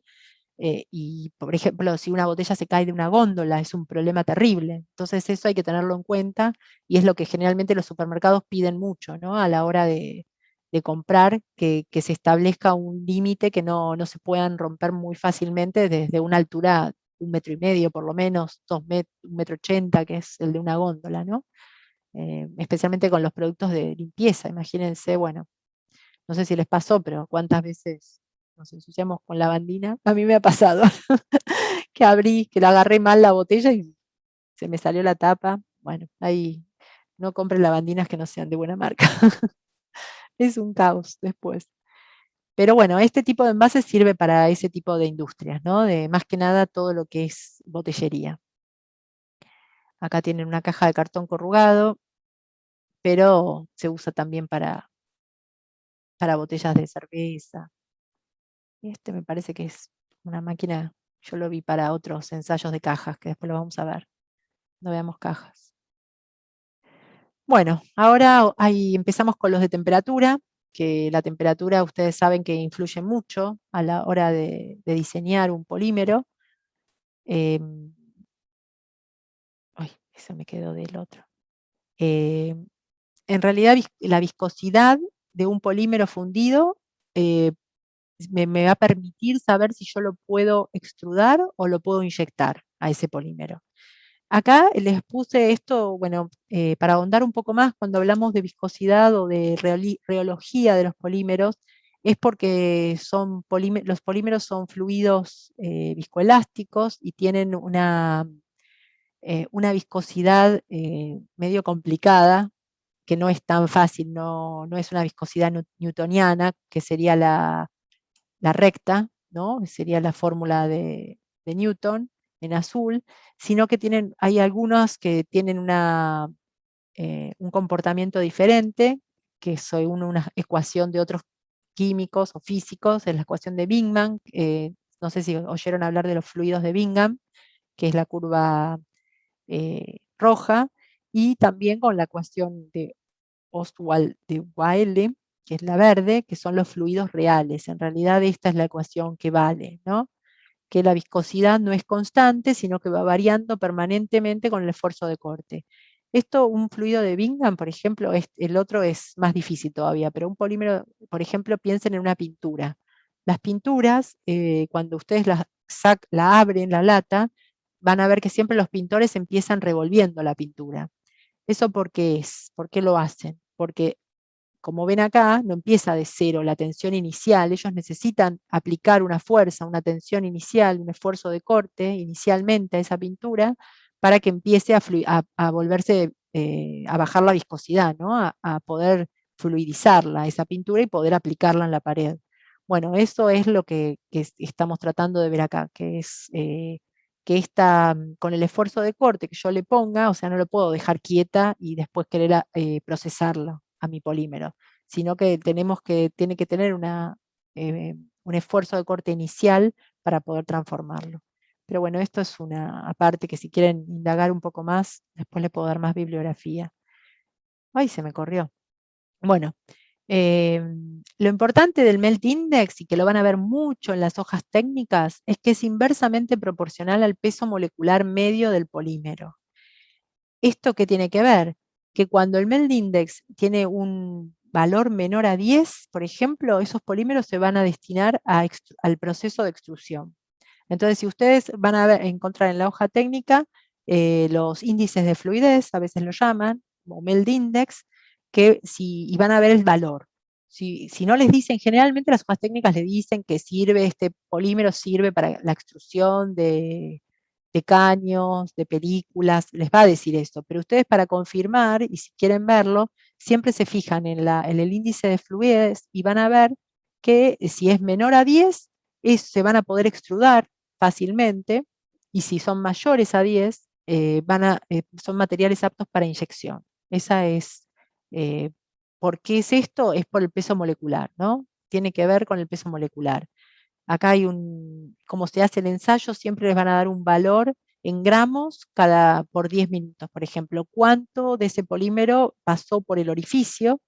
Vieron que estábamos hablando de una esfuerzo de corte inicial. Bueno, el esfuerzo inicial que le estamos dando a ese polímero es la fuerza que le damos, y además que va a pasar por un orificio calibrado, ¿no? Que por ese orificio le está provocando un esfuerzo de corte a ese polímero, al pasar por ese orificio.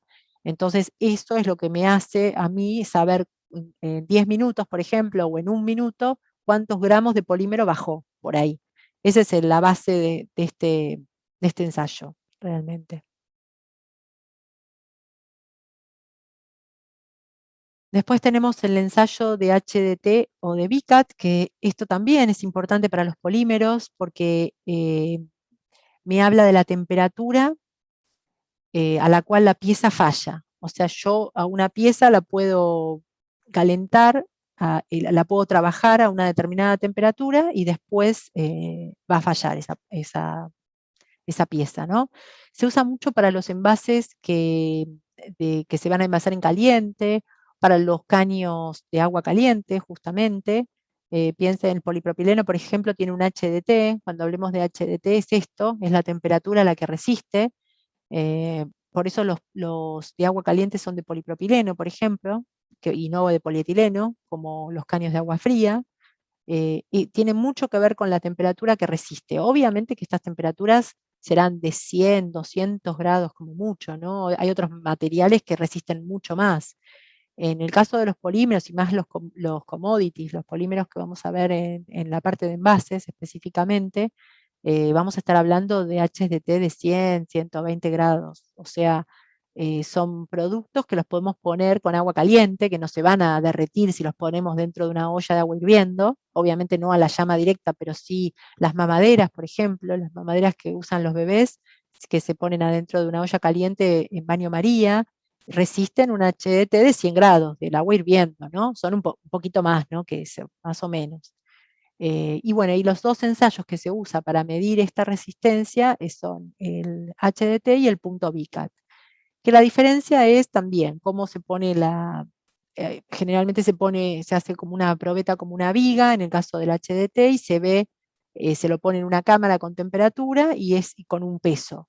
Entonces esa viga se va a ir flexionando en el medio, y cuando llega a una determinada deformación, ahí vamos a tener, vamos a decir cuánto resiste, qué temperatura resiste, ¿no? Mientras que el punto VCAT es simplemente una punta redonda que se pone en un polímero con temperatura, y cuando llega a una determinada profundidad, digo que resiste hasta esa temperatura nada más. Son pequeñas diferencias, pero lo importante es que me da una idea de la resistencia a la temperatura de los polímeros. Y por último, y ya terminamos, gracias a Dios, es el ensayo ESCR, que bueno, es el estrés que sufren un polímero cuando se lo pone en un ambiente que lo puede deteriorar y eh, con un esfuerzo, ¿no? Por ejemplo, esto se hace mucho en las tapas de los aceites, por ejemplo, de los lubricantes para autos. Vieron que siempre vienen con una fajita de aluminio para que el producto no toque la tapa, justamente. Como la tapa esa va a estar roscada, va a estar haciendo una flexión determinada, va a estar ejerciendo una presión esa tapa. Entonces puede ser que cuando el lubricante la toque, se va a quebrar. Por eso le ponen ese aluminio que, bueno, cuando uno se queda con una botella de aceite en el auto por un tiempo y se vuelca la botella y el aceite toca la tapa, van a ver que en unos pocos días esa tapa se va a romper directamente, se va a quebrar. ¿Por qué? Porque no resiste algunos agentes químicos hostiles, ¿no? Pero puede ser un aceite lubricante como puede ser la leche. Hay polímeros que no resisten a la leche, por ejemplo, y hay polímeros que resisten absolutamente todo, como un polietileno, un polipropileno, por eso se usan mucho para productos químicos, ¿no? Todo lo que es polímeros. Bueno, y acá tienen más o menos cómo se hace un ensayo general, que es simplemente eso, poner una probeta con una tensión definida en un ambiente que la pueda lastimar, digamos, y bueno, y dejarla un tiempo para establecer cuánto es lo que aguanta esa probeta. Eso es todo por hoy de teoría. Ahora lo que sería bueno es que nos cuenten un poco si se encontraron algún envase, ¿no? Creo que algunos los Varios. compartieron. Sí, tenemos varios que compartieron en el foro. Tenemos algunos que están solos en el equipo, así que el que no compartió por ahí se quiere unir a algún tema.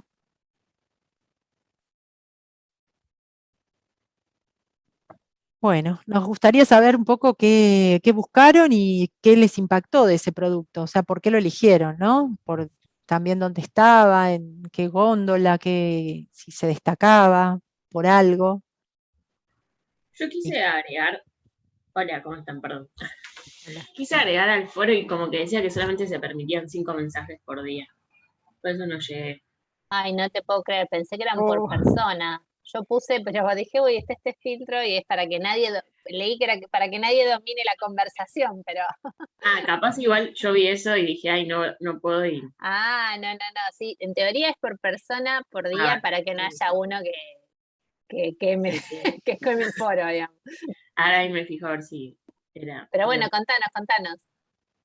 Vi uno de vieron como que ahora, para el café instantáneo, en vez de vender solamente el envase de vidrio, están vendiendo como esos packagings y...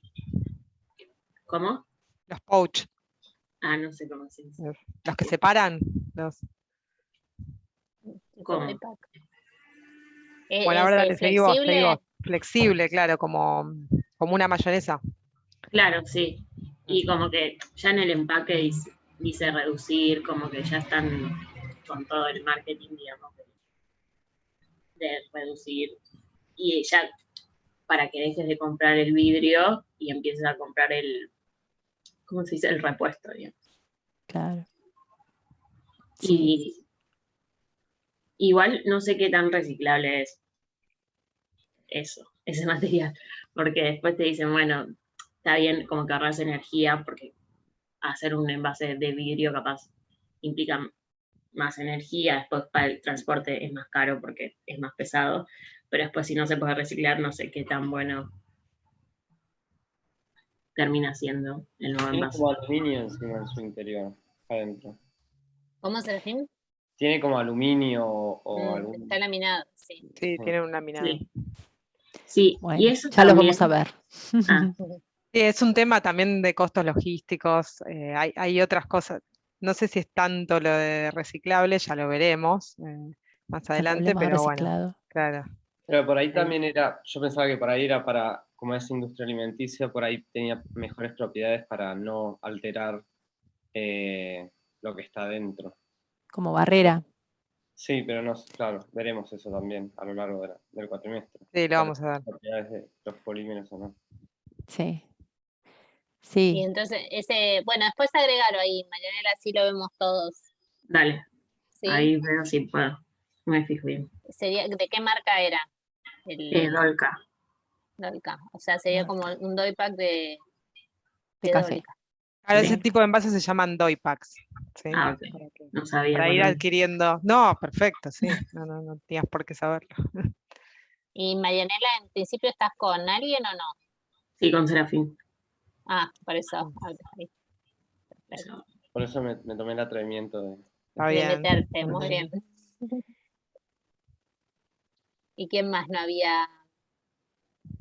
Yo por mi parte no había visto el foro y ahí lo estaba viendo y me ganaron el producto que alguien subió la e-tray, que también me parecía como es, dentro de las botellas es como un packaging distinto, la verdad está bueno, y bueno, es igual que todas las botellas es PET, y quisiera saber más sobre el PET, pero puedo elegir otra botella. No, es que Juan está solo, así que si querés te sumás y hacen juntos, así trabajan en equipo. Ay, no, perdón, Juan no está solo porque está conmigo. Ay, cierto, porque vos, ya son dos, por eso. Manuela, estás que sí, que no, es verdad, le puse... Marcó la cancha ahí. No, porque Manuela se mandó con un producto solo y después viene Juan y dice, estoy con Manuela, Claro. digo, bueno. Que no sabía que lo teníamos que elegir juntos. Entonces, No, podían elegir dos, pero si son parecidos, viste, más fácil. nos comunicamos primero. Bueno, entonces Gatorade está Manuela también. Algún yogur bebible por ahí también puede ser. Sí, probablemente. Así que nada, elijo otro y lo subo. Dale. Bueno, perfecto. Y bueno, ahí justo vos habías elegido, Manuela, la mayonesa Doypack, que bueno, si bien tiene el piquito, ya los chicos eligieron un Doypack de café, así que lo vamos a compartir, digamos, en la evolución del producto. Claro, sí, y lo había después, elegido también. Sí, no, dale. No, lo había pensado también como esto de que entiendo que son difíciles de reciclar esos envases. Yo no sé, en mi casa como que esos no los separamos, pero bueno, no, bien que Sí, no, lo la idea es tomen que Maru y podamos compartir también los aprendizajes de los distintos grupos, ¿no? Obviamente. Después creo que Celina tampoco había contestado, ¿puede ser, Celi? Sí, no, la verdad no tuve tiempo de subirlo al foro. Yo, la verdad, mira, estoy conectada desde el teléfono, quiero ver si les puedo compartir, porque lo tengo acá en la mano. ¿Se puede paquete de alimento para perros? Sí, porque, claro. Sí. A ver, este alimento, no sé si se ve acá, pero ves que tienen como un, a ver, ahí por ahí se ve mejor, tiene como un... fuelle. ¿Cómo se llaman estos los? Como un Están en aluminio las zapatillas. No, ves que se cierra. Y si no, y si quiero Ziploc. volver a abrir. Ziploc. Tipo Ziploc. Sí. Es como los serruchitos, viste, que se enganchan Sí, entre un cierre. Ziploc, sí, un cierre. Claro, La no es verdad Ziploc, es como el velcro. Es como el velcro. Eso. Pero no textil, es un velcro plástico. Mira vos. Así es. No sabía, mira. ¿Es argentino ese? Entre me lo estaban intentando vender ese. Es de Purina, no sé dónde es. De Nestlé. Sí, es de acá, lo hacen en Santa Fe. Okay. Sí, está bueno porque tiene ese cierre ahí adicional. Claro, es lo más, o sea, cuando dijeron esto que tenía que ser algo que me llame la atención, es difícil, porque hoy en día es muy, muy difícil encontrar un empaque que te llame la atención realmente. Y la verdad es que este me sorprendió cuando lo vi el otro día, así que nada, le quería proponerlo. Y bueno, por lo que vi en el supermercado, en muchas casas también donde venden cosas de animales, hay lugares donde te dicen, bueno, trae tu bolsa de alimento de animal vacía y nosotros la reciclamos, entonces por lo visto sería reciclable. Sí, se está volviendo a usar el granel para comida. ¿Ahí qué haces, Celina? ¿La dejás o la llenás? La reutilizable sería, ¿no? Mira, no lo la hiciste verdad, todavía. ahora compré una bolsa más grande, esta fue porque, bueno, en un apuro compré una chiquita, ¿no? Pero la verdad es que justamente la tenía en casa todavía porque dije, bueno, puedo rellenarla y de última usar esto. Pero entiendo que no es que te la rellenan en el local. Está bueno también para entenderlo eso. Sí. Pero está bueno el producto porque va más allá del flexible, tiene este agregado del cierre tipo velcro. Sí. Perfecto. Sí. Bueno, y no sé si faltaba alguien más. Armando. No se escucha. Ahí me escuchan. Estás muteado. ¿Será que va Armando primero, Ignacio? Perdón. Estuve por el súper, elegí un envase de limpia inodoros o lavandina viscosa, que lo que más me llamó la atención fue el tema de la tapa de unidad. Así que en definitiva es por eso que lo he elegido. ¿La tapa cómo? Una tapa rosca, ¿sí? Que para abrirla tenés que presionarla. Sí, que si la querés girar, no gira. Y que eso me llamó la atención. Hay otros con forma de pico de pato, pero me pareció muy jugado. Así que nos quedamos acá. Sí, ¿cómo es la marca de limpiadoras eso? La marca es DIN. DIN. Así anotamos también. Y bueno, un poquito más tarde lo subo al foro. Dale, así tenemos la foto ahí. Correcto. Buenísimo, gracias Armando. No es nada. Y Ignacio también tenía. Sí, yo estoy con Marcos, que hoy no se pudo conectar, y teníamos en realidad como una primera idea y después otro empaque de supermercado nosotros estábamos trabajando en nuestro TPP con un material biodegradable, y se nos ocurrió como, para hacer como la materia complementaria a eso, trabajar con no necesariamente un packaging, pero sí las bolsas que están vendiendo en el súper, las ecológicas, que tenés dos versiones, las de polipropileno, y ahora también hay biodegradables, y no sé si vale eso. Si no vale,